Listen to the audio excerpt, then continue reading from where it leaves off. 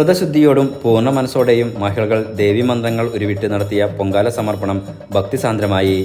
സർവാഭീഷ്ട വരദായിനിയും കരുണാമൂർത്തിയും ആശ്രിതവത്സയുമായ കോട്ടയം ജില്ലയിലെ ഏക സ്വയംഭൂ ദുർഗാക്ഷേത്രമായ തലയോലപ്പറമ്പ് ബ്രഹ്മപുരം മാന്താനം ദേവീക്ഷേത്രത്തിലെ തിരുസന്നിധിയിൽ നടന്ന പൊങ്കാലയിൽ വിവിധ ജില്ലകളിൽ നിന്നും എത്തിയ നൂറുകണക്കിന് ഭക്തർ മാതാനത്തമ്മയ്ക്ക് പൊങ്കാല നിവേദ്യം സമർപ്പിച്ചു.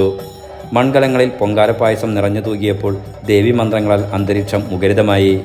രാവിലെ ഭണ്ഡാരാടുപ്പിൽ ക്ഷേത്രം തന്ത്രി ബ്രഹ്മശ്രീ കുമരകം എം.എൻ. ഗോപൻ തന്ത്രികൾ അഗ്നി പകർന്നു.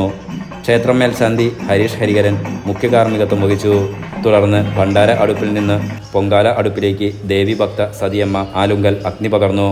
Devaswom president Kannan Koorappilly, vice president Ajaykumar Palassery, secretary Shinoj Karimanthattu, treasurer Ajimon Eruthikkuzhi, Mahila Samajam president Leelaramanan, secretary Rathi Babu, Devaswom Mahila Samajam ഭാരവാഹികൾ തുടങ്ങിയവർ ചടങ്ങുകൾക്ക് നേതൃത്വം നൽകി. തുടർന്ന് പൊങ്കാല നിവേദ്യം, പൊങ്കാല സദ്യ എന്നിവയും നടന്നു. ഞായറാഴ്ച ആറാട്ടോടെ ക്ഷേത്രത്തിലെ ഉത്സവം സമാപിക്കും. Enlight news Vaikom.